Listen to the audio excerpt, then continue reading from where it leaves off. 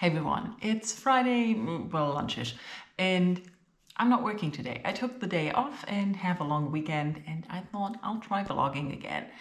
I'm sorry in advance if the audio is clicking at some points. I'm just using the camera audio, and the camera for some reason has this default that it sometimes makes clicking noises.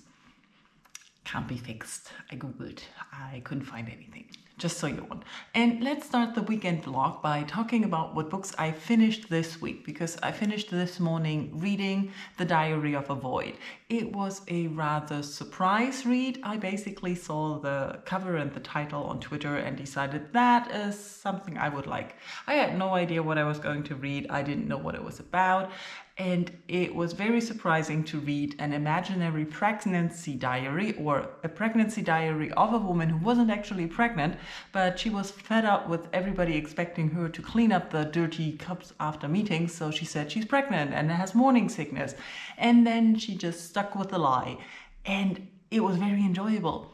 I didn't expect this to be so captivating. It's going through the weeks, not all the weeks, but some weeks, and she talks about her experiences of life, how it changed after she got pregnant, and we learn about her office job and the situation at the office, her personal life a little bit, and we see a lot about, yes, life and thoughts and how she deals with everything. You shouldn't question why this works, that she can pretend to be pregnant and get away with it and get maternity leave for a year, but the thoughts and insights into life, mundane life, human life, work life, loneliness, or the single life, it was really fascinating and captivating. The writing was really well done. I really enjoyed it.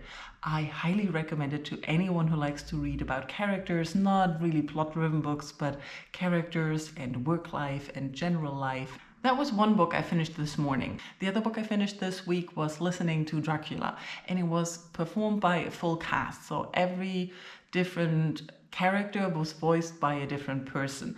And this was really well done. And listening to Dracula had me question if I actually had ever read it. I always thought that I had read Dracula back when I was an au pair in Boston after school, and I already figured out I probably had read an abridged version because the book never looked as big as everyone else's book. So I'm not exactly sure.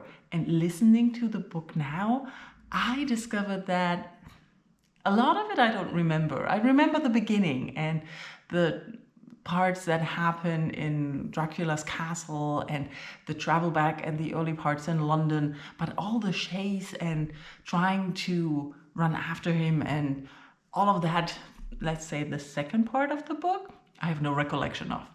I don't know why. I somehow don't remember that story from any of the books I read, from any of the adaptations I've seen, so I don't know if that was my brain blocking that out, or if I actually never finished any of those things, which I don't think. Anyways, I highly enjoyed the audiobook. It was very fun to listen to. The story was captivating. I didn't imagine that. It's completely written in diary entries and letters and memorandums, so it feels very personal and you're included. I always enjoy that. And the different characters or the full cast made it very enjoyable to see the different perspectives of the story. So if you haven't gotten around to read or listen to Dracula, I highly recommend this production. And that leaves me completely free to start new things. I'm off to the bookshop now because I ordered a book and I already forgot the title. But I plan on reading that unless I see something else I want to read more. I don't know. The same with my next listen. I'm not exactly sure what audiobook to start. I'm not sure if I want some non-fiction or fiction. I have two choices. For non-fiction, I came across this book, What We Owe the Future, twice today. So the first time I saw that book, I was already interested, and then the second time I came around it, I thought, that must be a sign. So I put that on my wish list. And another book that I was reminded of this week that I've been meaning to get to for ages is Pygmalion. And I found an audiobook by a full cast, so maybe I'm going to try that for fiction. But I have no idea what I want to do. So I'll tell you later when I know more. Other than that, this weekend I'm going to see fireworks. My family's coming to town tomorrow, and there's always in Hanover is the fireworks competition where different countries display fireworks, and we're going tomorrow. So it's been years since I actually went. I can hear it from my apartment, but I cannot see it. So that's going to be fun. Talk to you later. And it's Saturday morning. Let me catch you up on yesterday. I went to the bookshop, as I mentioned, to pick up my book, but I didn't feel very comfortable filming in the bookstore, so I don't really have much footage, and I also didn't see anything else apart from what I ordered. So I only came home with A Room Called Earth, which is the book I had ordered in, I thought, a different cover, but yeah, that's okay. Leaving the bookshop, I decided I don't want to go any more shopping and picked up some lunch, went directly to Mashte, where I didn't end up reading, but I listened to my audiobook quite a bit. I decided to go for What We Owe the Future, and I think it was a good choice because it was longer, and with the time I spent listening to an audiobook yesterday, that was good that I had a long one with me. Content-wise, I expected more. I don't know if I just wasn't in the right mind space to pick up all the things. I think I only have superficial understanding of what is going on at the moment. And I also think I might have fallen asleep at Mashte listening to it, so I might have missed something. Overall, I think it's easy to listen to as background noise and for information's sake, but for deeper knowledge, I think I need to listen to the whole thing again at a later time. Not sure. After Mashte, I went home and I had other plans, but apparently this week 5 o'clock is around the time when I crash and I'm done. Either it's my body or it's my brain, and yesterday was definitely my body, so I just got home, lay down and didn't move anymore. The plan for today is to go running now for probably just 4K because I still have backache. And I don't want to exert myself too much because I have to last longer than 5 o'clock today because of the fireworks contest. My family comes around 3 o'clock. That gives me ample time to read a bit more in this book. I started it last night. I only have a few pages read so far, but so far I really enjoy the narration. It seems to be stream of consciousness, and the narrator is very bubbly and communicative and direct. I like it so far, but I have no clue what it's about yet.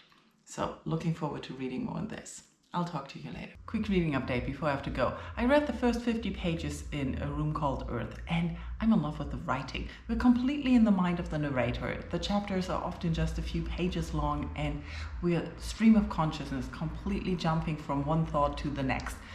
Story-wise, she's preparing to get to a pre-Christmas Eve party, and it's her getting ready process, and also then she's going to the party and now she's at the party. But we get a whole lot of things where she's describing who she wants to be, how she wants to be, how society is. There's a lot of comments on everything, but it's just thrown out there. At the moment, it's a little bit between sounding very pretentious and very fascinating and special, or I had a better word in my mind a few minutes ago. Anyways, I'm really intrigued by the way how she wants to be herself, by herself, and decide who she is outside of society's norms and conforms and drugs and beauty standards and all those things.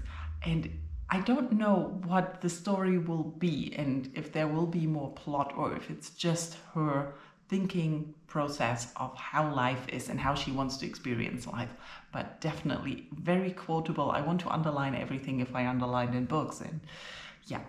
I would say good morning, but it's almost 1 o'clock and I'm so depleted. Yesterday we went to the fireworks competition. If the footage turned out well, you're going to see fireworks while I'm talking. I enjoyed the time with my family when we went for food, and the competition starts in the evening with some acts and then the fireworks for 20 minutes. And it was so busy. There were so many people. I don't know. I feel like I'm a completely different person to the person I was before the pandemic, before the office job. And I've been thinking about that this morning. So you gotta listen to me ramble now because I'm alone and no one is here to talk to. Anyways, I've noticed that ever since I started working at the office, I'm less social, I'm more exhausted, I'm more tired. It's also going alongside with me being in my 40s instead of my 30s and 20s or whatever comes before that. but I don't know what it is. My interests have shifted a little bit, or rather how I spend my time. I've always been reading a lot, I've always been watching TV a lot, and I've always gone to the movies a lot. But I haven't. Since the pandemic, I haven't watched many movies. It's been slowly decreasing, and my interest in movies has decreased. I was talking to my brother about that yesterday, how disappointed we are with a lot of movies that we've seen lately, and how little they spark our interests. And it was very interesting. I've also always been very social, and I'm not social at all at the moment.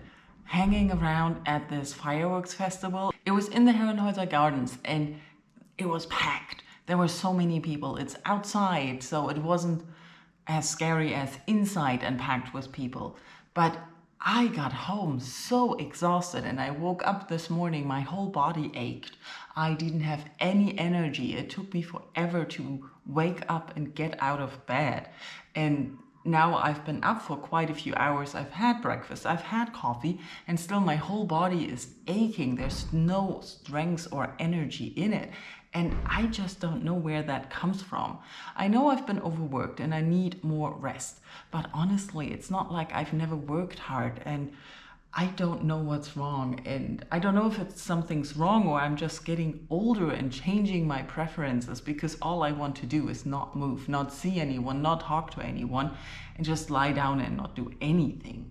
And honestly, I have to go to town and pick up my bike because I left it there last night.